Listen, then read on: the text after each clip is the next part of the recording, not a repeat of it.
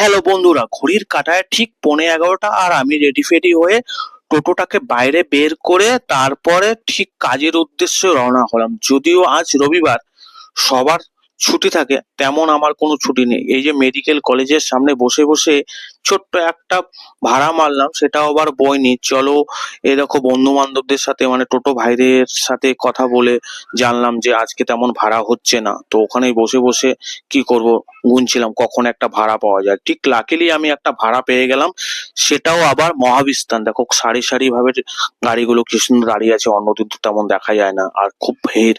ওখান থেকে একটা ভাড়া আবার পেয়ে গেলাম লাকিলি, তো সেই ভাড়াটাকেও মেরে দিলাম। তো ওখান থেকে আরেকটা ভাড়া পেয়েছিলাম আমি, সেটা আমার হিলকার রোড। তো ওখানে গিয়েছিলাম কারণ আজকে ভাড়াগুলো মারতেই হবে। আর কখন যে টাইম হয়ে গেল, টাকা গুনে দেখি 410 টাকা কালেকশন করেছি। তো ওটা নিয়ে টুক করে আমি চাবিটা অন করে সোজা বাড়ির পথে আবার রওনা হলাম। তো আজকের ভিডিওটা বন্ধুরা এতটুকুই। যদি ভালো লাগে আর দাদা হিসাবে বা ভাই হিসাবে আমাকে ভালোবাসো, তাহলে চ্যানেলটিকে